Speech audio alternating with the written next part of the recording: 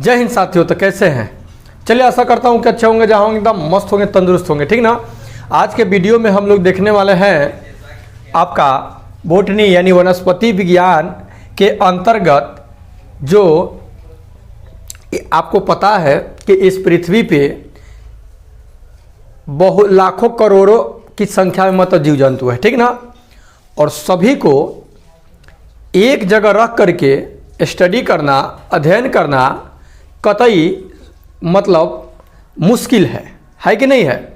तो इसे आसान बनाने के लिए अलग अलग वनस्पति वैज्ञानिक लोग क्या किए हैं कि इसको जगतों में बांटे हैं, ठीक ना। यानी भाग कह सकते हैं, अलग अलग भाग में क्या किए लोग बांटे, और बांट करके इसका अध्ययन किया गया, ठीक ना। तो आज के हम लोग वीडियो में यही जानने वाले हैं कि वो कौन कौन सा भाग बनाया गया है, उसमें किस प्रकार के जीवों को रखा गया है।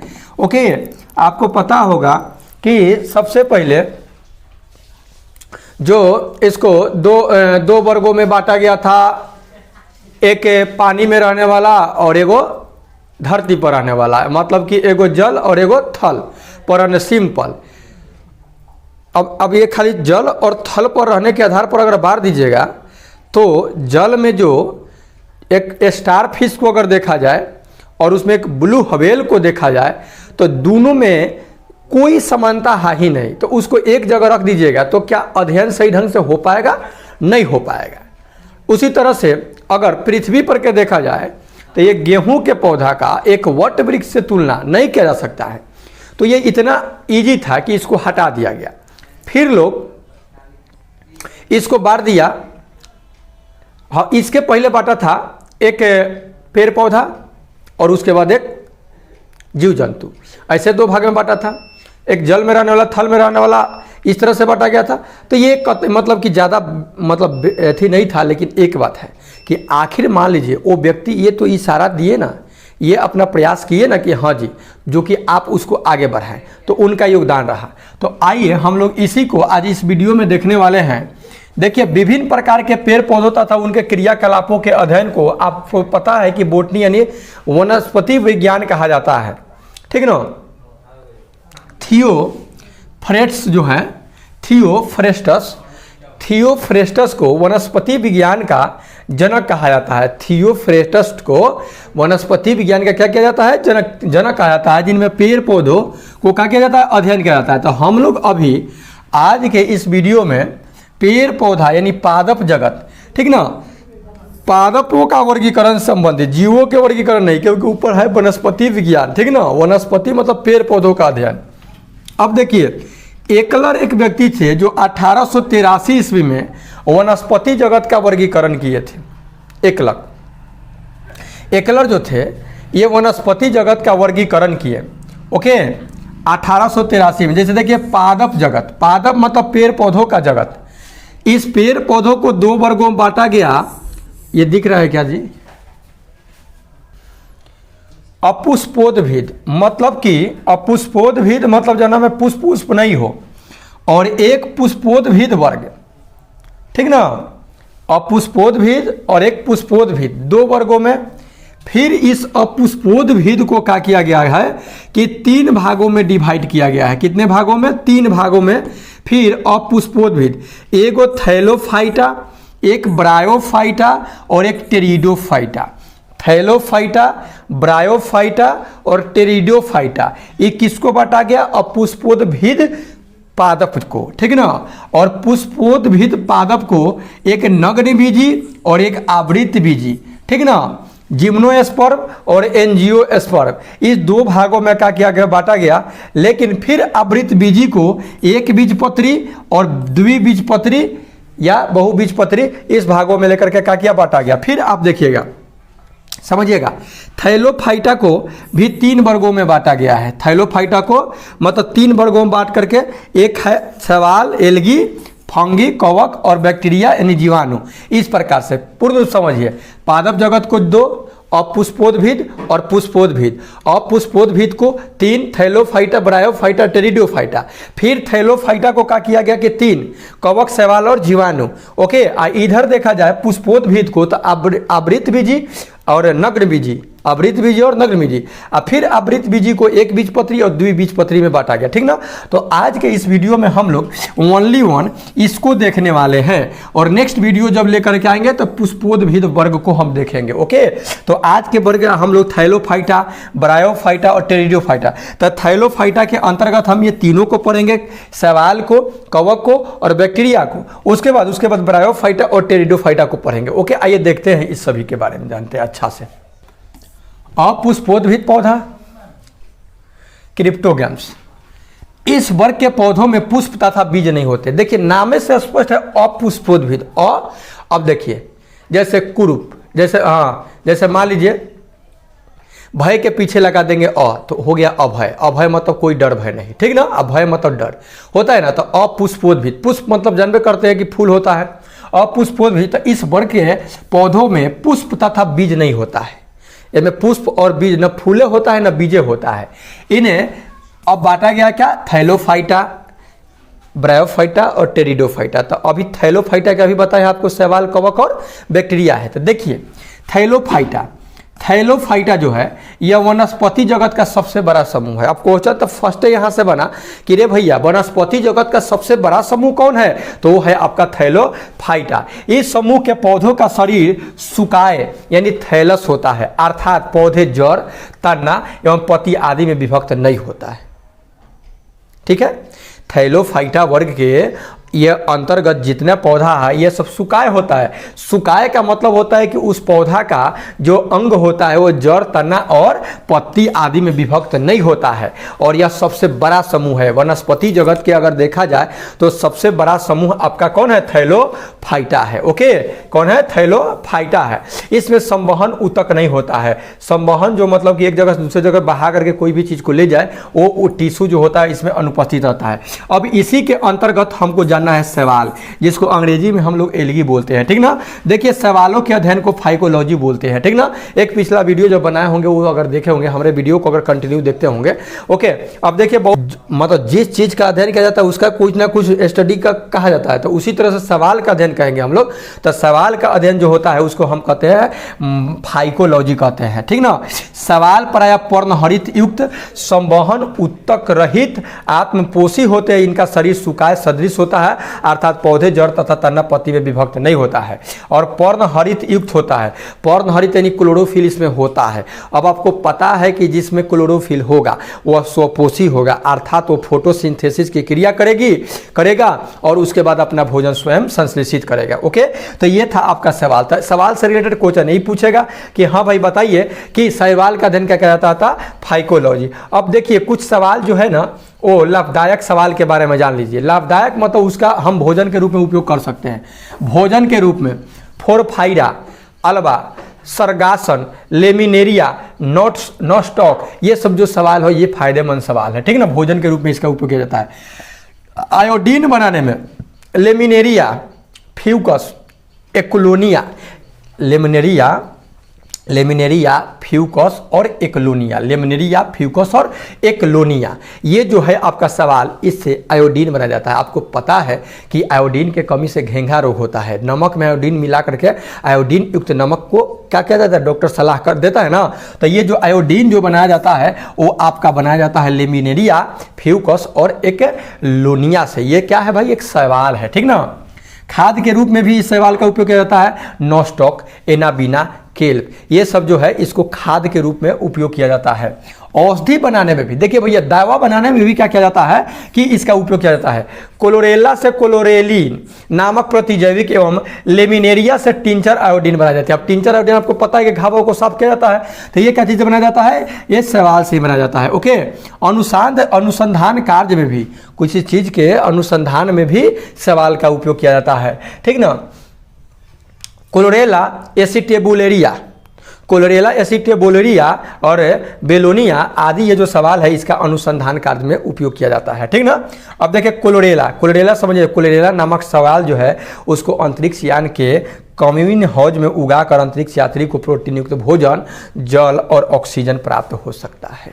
जो अंतरिक्ष यात्री है, जो अंतरिक्ष में रहते हैं, वो क्लोरेला नामक शैवाल को ले जा करके वहाँ पे अपना संवर्धन करके उगा करके क्या कर सकता है, वो अपना प्रोटीन युक्त भोजन उससे प्राप्त कर सकता है, उससे ऑक्सीजन भी, क्योंकि वो प्रकाश संश्लेषण की क्रिया करता है तो ऑक्सीजन तो होबे करेगा, है ना। तो इस तरह से ऑक्सीजन भी प्राप्त किया जा सकता है, किससे से, क्लोरेला से। ओके, आइए देखते हैं आगे। कवक, फंगी, ये तो हो गया, सवाल हो गया, फंगी हो गया, उसके बाद बैक्टीरिया हो जाएगा, ठीक ना। देखेंगे इसके अध्ययन को कवक विज्ञान कहा जाता है, यानी कहे अंग्रेजी में तो माइकोलॉजी। सवाल के अध्ययन फाइकोलॉजी और कवक के अध्ययन माइकोलॉजी। ओके, माइकोलॉजी कहेंगे।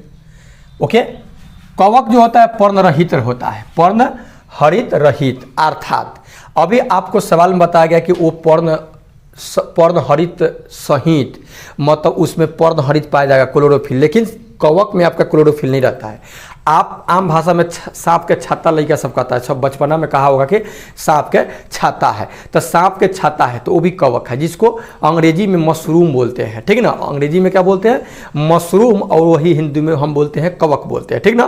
तो ये जो कवक जो है, जिसका अभी प्रोटीन युक्त भोजन के रूप में उसका उपयोग किया जाता है, तो ये जो कवक जो है इसका अध्ययन जो कहलाएगा आपका माइकोलॉजी कहलाएगा। यह पर्णहरित रहित होता है, अर्थात इसमें क्लोरोफिल नहीं रहता है, क्लोरोफिल रहता तो हरा रहता, क्लोरोफिल नहीं रहता है, इसलिए यह प्रकाश संश्लेषण क्रिया नहीं कर पाता है, ठीक ना। ये इसको गोबर छाता भी बोला जाता है। सकेंद्रीय संवहन ऊतक रहित थैलोफाइट है। ओके, कवक में संचित भोजन ग्लाइकोजेन के रूप में रहता है, उसमें संचित जो भोजन होता है वो किस रूप में संचित रहता है, ग्लाइकोजेन के रूप में संचित रहता है। इनकी कोशिका भित्ति मतलब ऊपर का जो लेयर होता है वो काइटिन की बनी होती है। अब इंपॉर्टेंट है कि कवक की कोशिका भित्ति किसकी बनी होती है भाई, तो काइटिन की बनी होती है। कवक की कोशिका भित्ति किसकी बनी होती है जी, तो काइटिन की बनी होती है। कवक पौधों में गंभीर रोग उत्पन्न करता है। कवक जो होता है ये पौधों में गंभीर रोग उत्पन्न करता है। सबसे अधिक हानि रस्ट और स्मट से होती है, और रस्ट और स्मट जो है ये सबसे ज़्यादा हानि पहुंचाने वाला है, ठीक ना। पौधों में कवक के द्वारा होने वाला प्रमुख रोग निम्न है। अब पौधा में इस कवक के कारण, ये फंगी जो है इसके कारण होने वाला रोग है सरसों का सफ़ेद रस्ट। सरसों का सफ़ेद रस्ट, ठीक ना, ये कवक के कारण ही होने वाला है। गेहूं का ढीला स्मट, ये भी जो है लूज स्मट ऑफ व्हीट, ये भी आपका कवक कारण है। गेहूं का किट्टू रोग भी कवक कारण होता है।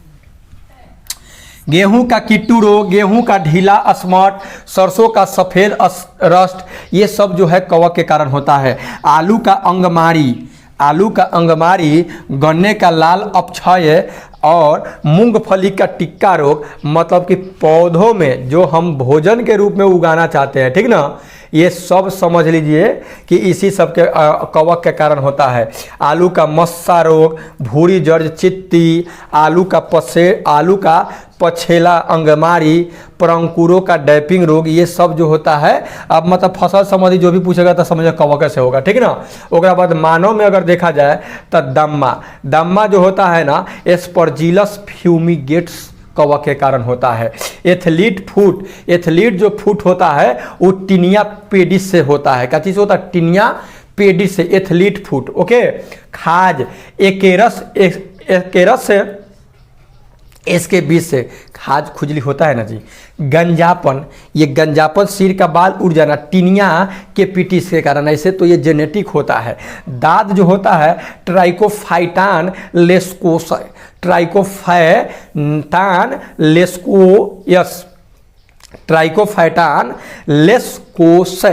इस कवक के कारण क्या होता है, दाद होता है। दाद खाद खुजली जितना होगा सब कवक से होता है। रिंग वर्म, गोल गोल हो जाता है, कवक के कारण होता है, ठीक ना। तो ये था आपका कवक। अब तो ये तो आपको दिख रहा है कि सब हानिकारक है। ओके, देखेंगे आगे। अब देखेंगे हम लोग, सवाल देख लिए, कवक देख लिए, अब जरा जीवाणु के बारे में भी जान लें। ओके, जीवाणु यानी बैक्टीरिया, इसकी खोज 1683 ईस्वी में हॉलैंड के एंटोनी वान लीवेनहोएक याद रखिएगा। लीवेनहोएक जो थे ये आपका क्या किए थे कि बैक्टीरिया यानी जीवाणु के खोज किए थे। बैक्टीरिया के खोज कौन किए थे, 1683 ईस्वी में लीवेनहोएक नामक एक वैज्ञानिक जो थे वो खोज किए थे। जीवाणु विज्ञान का पिता, अगर जीवाणु विज्ञान के पिता अगर बात कहा जाए तो लिवेन हुए को ही कहा जाता है। तो जीवाणु के खोज किए, तो जौन जन्म जिस चीज़ का देता है तो जन्मदाता कहलाता है। तो ये मान लीजिए कि जीवाणु के खोज किए, तो जीवाणु के जब खोज किए तो इन्हीं को ना जन्मदाता कहेंगे जी, दूसरे को कहेंगे। 43 से 1910 ईस्वी में रॉबर्ट कोच ने कलरा तथा तपेदित के जीवाणुओं की खोज की। तपेदित और कलरा नामक जो बीमारी है उसके खोज करने वाले जो व्यक्ति है वो रॉबर्ट कोच है। कौन है? Robert Koch. कलरा और तपेदित, ओके, ये दोनों जीवाणु के कारण होने वाला रोग है और इसका खोज करने वाले जो हैं वो आपके हैं रॉबर्ट कोच है। 12 से 92 में लुई पास्चर ने रेबीज के टीका, अब ये तो बहुत इंपॉर्टेंट है भैया, रेबीज के टीका का खोज, दूध के पास्चुराइजेशन की खोज करने वाले व्यक्ति का नाम क्या था? Louis Pasteur. अब आप तो क्वेश्चन यहीं से बनता है कि बताइए पास्चुराइजेशन विधि का खोज कौन किया? तो लुई पास्चर किए। कब किए? तो वही 12 से लेकर के 92 के बीच में ये सब खोज हुआ है, ठीक। उसके बाद रेबीज के टीका का खोज कौन किया? तो लुई पास्चर ही किए, ठीक ना। जो कुत्ता उता काटता है तो रेबीज वायरस हो जाता है ना, तो कुत्ते लेखन बोलने लगता है, तो ये खोज करने वाले व्यक्ति कौन थे? रेबीज का, रेबीज है। इस पर एक कहानी है, ओके। आकृति के आधार पर जीवाणु कई प्रकार के होते हैं। अगर देखा जाए उसके शेप साइज के आधार पर तो ये जीवाणु कई प्रकार के होते हैं, जैसे छाराकार या बैसिलस। बैसिलस जो है वो छाराकार होता है, छर के आकार का, या छरनुमा या बेलनाकार भी होता है, छर के आकार का या बेलन के आकार का होता है, ठीक ना। गोलाकार या कोकस, ये गोलाकार एवं सबसे छोटा जीवाणु होता है, ठीक ना, गोलाकार भी होता है, ठीक है। कोमा के आकार का भी होता है, या को बिब्रियो, बिब्रियो या बिब्रियो कहिए, ठीक ना। अंग्रेजी के चिन्ह कॉमा, कॉमा की तरह होता है, जैसे अगर देखा जाए तो कॉमा के आकार का, छड़ के आकार का कौची में होगा? छड़ आकार। दही में जो होता है ना, दही में कौन सा लैक्टोबैसिलस जीवाणु होता है ना, तो वो दही में जो होता है वो छड़ाकार होता है, ठीक ना। उसके बाद कॉमा के आकार का होता है कोलेरी आदि। ये जो होता है बिब्रियो कैलोरी, बिब्रियो कोलेरी जो कलरा रोग उत्पन्न करता है, इसका जो आकार होता है कॉमा के आकार का होता है, ठीक ना। तब बिब्रियो कैलोरी जो कलरा का मतलब वाहक है कलरा के, तो इसका आकार कैसा होता है? कॉमा के आकार का होता है, ओके। और आपका गोलाकार और सबसे छोटा जीवाणु कौन है? ये गोलाकार और सबसे छोटा जीवाणु है कौन? गोलाकार या कोकस, ओके। सर्पिलाकार भी होता है, ऐठल ऐठल ऐठल ऐठल इस तरह से भी, ठीक ना। स्प्रिंग या स्क्रू के आकार के होता है, ठीक ना। काची ये बैक्टीरिया सब अलग अलग के आकार के होता है। एजोटोबैक्टस, एजोटोबैक्टर और एजोस्पाइरेलम ये जो होता है, तथा क्लोरो, अबे ससुरा,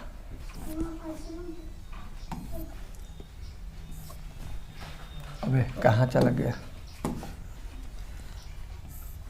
क्लोस्ट्रिडियम, क्लोस्ट्रिडियम, ये जो क्लोस्ट्रिडियम जो है, जीवाणु की कुछ जातियां स्वतंत्र रूप से मिट्टी में निवास करती है।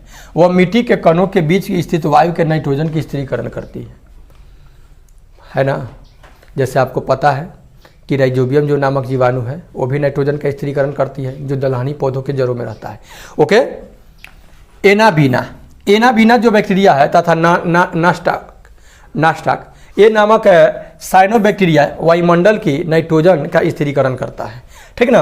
राइजोबियम, अब ये भी अभी जस्ट बताया, राइजोबियम तथा ब्रैडी राइजोबियम ये जो है इत्यादि जीवाणु की जातियाँ लिग्यूनोसी यानी मटर कुल के जो जितना भी पौधा है ना उसके जड़ों में रहती है, ठीक ना। अब ये भी क्वेश्चन पूछेगा कि ये जो आपका साइनोबैक्टीरिया और ये जो आपको है क्या बोलते हैं उसको, राइजोबियम, ये सब जो है किस कुल के पौधों में रहता है? तो ये मटर कुल के पौधों की जड़ों में रहता है, ओके। दूध को अधिक दिनों तक सुरक्षित रखने के लिए आपको पता है कि पास्चुराइजेशन विधि का ही प्रयोग किया जाता है, जिसका खोज लुई पास्चर किए थे, ठीक ना। पास्चुराइजेशन विधि का क्या किया जाता है? प्रयोग किया जाता है, ठीक है।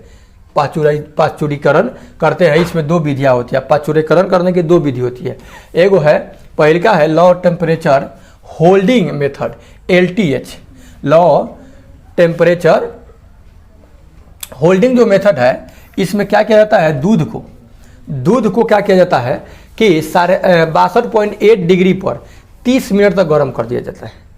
मतलब इतना डिग्री तापमान तक ले जा करके 30 मिनट मतलब आधा घंटा तक गर्म कर दिया जाता है। एक विधि तो यह हो गया, वो दूध को सुरक्षित रखने के लिए, मतलब खराब नहीं होगा, ठीक ना। और दूसरा है high temperature short time method, HTST, high temperature short time method, high temperature short time method. इसमें क्या किया जाता है कि दूध को 71.7, उसमें 62.8 है, 71.7 डिग्री सेल्सियस पर 15 सेकंड, मात्र 15 सेकंड। अब जरा सोचिए, तेज टेम्परेचर तेज, टाइम कम, और उसमें था आधा घंटा तक ले, ठीक ना, तक गर्म किया जाता है। तो 2 विधि से क्या किया जाता है कि पाश्चुराइजेशन की क्रिया किया जाता है, जिससे दूध खराब नहीं होता। इसका खोज करने वाले कौन थे? तो लुई पाश्चर थे। ओके। चर्म उद्योग में चमड़े से बालों और वसा हटाने का कार्य जीवाणुओं के द्वारा ही होता है। जीवाणु से ही क्या किया जाता है कि उसका जो भी खाल वाल होता है उस पर से बाल निकालने में जीवाणु का ही प्रयोग किया जाता है।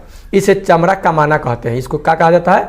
टेनिंग। चमड़ा कमाना यानी टेनिंग कहेंगे। ओके। अचार, मुरब्बे, शरबत को शक्कर की गाढ़ी चाशनी, आप देखे होंगे ना, अचार, मुरब्बा, शरबत, या इसको शक्कर की गाढ़ी चाशनी में या अधिक नमक में रखते हैं। काहे रखते हैं भाई? ताकि जीवाणुओं का संक्रमण होते ही जीवाणुओं का जीव द्रव्य संकुचन हो जाता है तथा जीवाणु क्या हो जाते हैं? नष्ट हो जाते हैं। तेल में भी रखा जाता है। अचार को हमेशा तेल में डूबो के क्यों रखा जाता है? कभी खराब नहीं होगा, क्योंकि उसमें जीवाणु पनपेगा ही नहीं। इसीलिए अचार, मुरब्बे बहुत अधिक दिनों तक क्या किया जाता है? खराब नहीं होता है। जहाँ जीवाणु पहुँचा तो उस चीज़ को खराब करेगा, चाहे कोई कितना हो, कुछ हो। शीत संग्रहागार है, जिसको कोल्ड स्टोरेज बोलते हैं, शीतागार भी इसको बोला जाता है, कोल्ड स्टोर। आपको पता होगा कि जितने फल सब्जियां होती है इसी में क्या किया जाता है? संरक्षित करके रखा जाता है। शीत संग्रहागार पर आधारित सामग्री का संचय भी किया जाता है। इसमें -10 डिग्री सेल्सियस से -18 डिग्री सेल्सियस तापमान रहता है। -10 से -18 डिग्री सेल्सियस तापमान रहता है। इसी तापमान पर क्या होता है कि उसको रखा जाता है। कोई भी जैसे फल सब्जी आप देखते होंगे, बेमौसम के भी मौसम वाला सब्जी मिल जाता है। तो मिल जाता है तो भाई कहाँ से? मतलब कि उसका उगाया जाता है। अब तो सब संभव हो गया। अब तो ग्रीन हाउस जो होता है उसमें तो मतलब कभी कुछ का उपजाया जा सकता है, ठीक ना। बस उस तरह से माहौल बना दिया जाए। ओके, आइए देखते हैं आगे और समझते हैं इसके बाद। स्फेगनम मॉस का प्रयोग ईंधन के रूप में भी किया जाता है, जलाने के लिए। स्फेगनम मॉस का प्रयोग एंटीसेप्टिक के रूप में भी किया जाता है। एंटीसेप्टिक के रूप में भी किया जाता है। ओके, तो ये था आपका थैलोफाइटा वर्ग के अंतर्गत शैवाल, कवक और जीवाणु का अध्ययन। ओके, तो इतना सारा इससे मतलब कि कई सारा क्वेश्चन बन रहा है। ओके, जरा हम लोग विषाणु के बारे में भी जान ले, अभी नहीं, तनका इसको टेरिडोफाइटा के देखिए। इस समूह में के पौधे नमी छायादार स्थानों, जंगलों एवं पहाड़ों पर अधिकतर पाए जाते हैं। अब सुनिए, उसमें तो है थैलोफाइटा के अंतर्गत सब पानी में पाया जाने वाला, लेकिन ये जो है जहाँ नमी हो, जैसे चापाकल हो गया, तो चापाकल तो देखते हैं कैंटी बैटी सब बढ़ जाता है, इससे तो वो सवाल होता है, ठीक ना। तो और भी जहाँ गीला उला पाकी वाकी हो, पहाड़ उहाड़ हो, तो बढ़ नहीं जाता है कैंटी टाइप के। जंगलों एवं पहाड़ों पर अधिकतर पाए जाते हैं। पौधे का शरीर जड़, तना, शाखा एवं पत्तियों में विभेदित रहता है, उसमें नहीं रहता है, इसमें विभेदित रहता है। इसमें जड़ भी होता है, तना भी होता है और पत्ता भी होता है। तना साधारणतः राइजोम के रूप में ही रहता है। तना साधारणतः राइजोम मतलब पतला पतला ही होता है, मतलब उसमें पूरा डांर लेकर नहीं होता है। पौधे बीजाणु जनक होते हैं और जनन की प्रक्रिया बीजाणु के द्वारा ही होता है। और वो बीजाणु मतलब फटता है और मतलब बीज रहता है उसके अंदर, वो फटता है, उसी से क्या होता है कि ये मतलब जनन की क्रिया होता है। ओके, इस समुदाय के पौधे में संवहन ऊतक पूर्ण विकसित होते हैं। उसमें संवहन ऊतक नहीं रहता है, लेकिन इसमें है। परंतु जाइलम, जैसे संवहन ऊतक में कौन है? जाइलम और फ्लोएम है। जाइलम जल को जड़ से के माध्यम से पूरे पेड़ तक पहुंचाता है, और फ्लोएम बने हुए भोजन को पूरे पेड़ पौधा में पहुंचाता है। तो उसमें ऐसा कुछ भी नहीं था, लेकिन इसमें आपका है, इसमें आपका संवहन ऊतक विकसित होता है, ठीक ना। परंतु जाइलम में वेसेल एवं फ्लोएम में सह कोशिकाएं नहीं होती है। अब देखिए पुष्पभिद या फूल वाला पौधा, अब इसी में आपका है पुष्पभिद। एक मिनट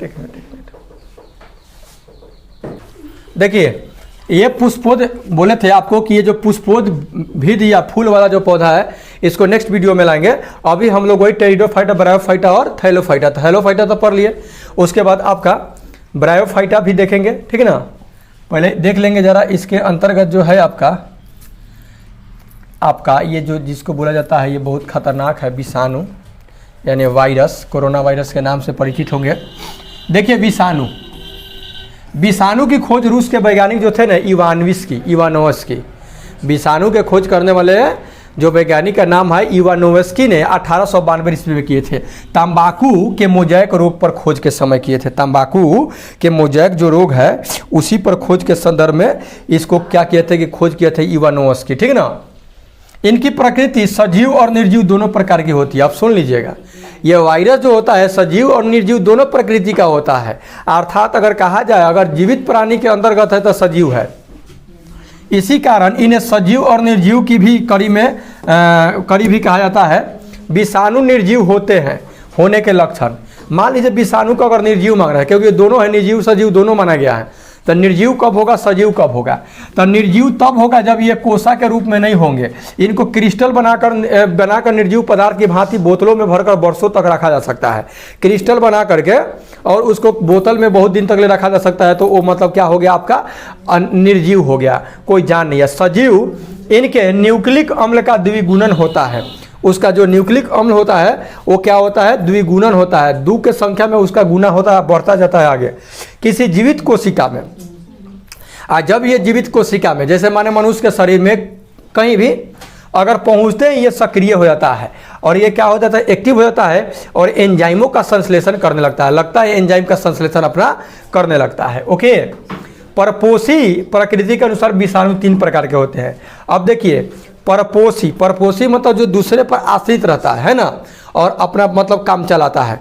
तब परपोषी जो है, ये जो है इस प्रकृति के आधार पर 3 प्रकार के है। एगो पादप विषाणु है, एगो जंतु विषाणु है, एक बैक्टीरियोफेज या जीवाणु भोजी है। सुनिएगा, आप तीनों के बारे में अच्छा समझिएगा। ओके, पादप विषाणु, नामे से पादप मतलब पेड़ पौधों में, इसका न्यूक्लिक अम्ल में, ये जो पादप विषाणु जो होता है, एक जो न्यूक्लिक अम्ल होता है उसमें आरएनए होता है, राइबो न्यूक्लिक एसिड होता है, ठीक ना। और जंतु विषाणु में इसमें डीएनए कभी कभार एवं आरएनए में पाया जाता है।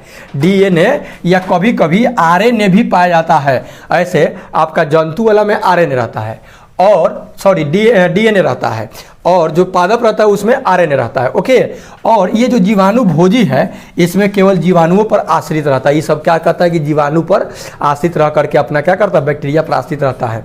ओके, ये जीवाणुओं को मार डालते हैं, इनमें डीएनए पाया जाता है, इसमें डीएनए पाया जाता है। जैसे T2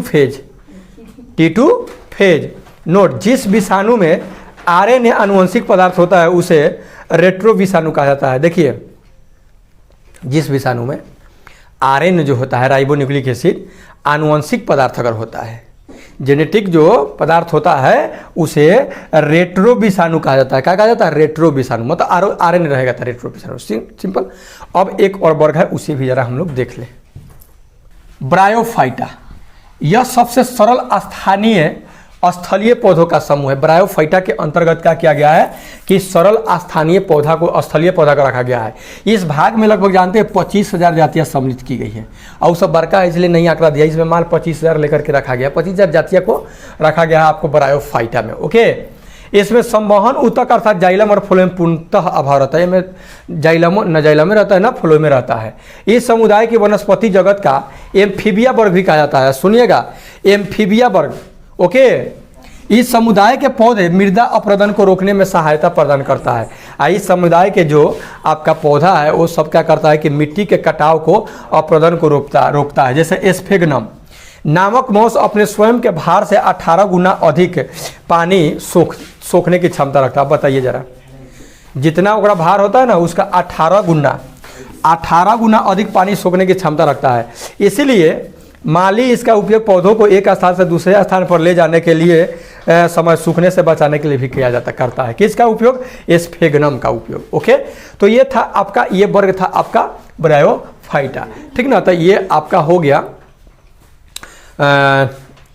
3 गो वर्ग, ब्रायोफाइटा, थैलोफाइटा और टेरिडोफाइटा।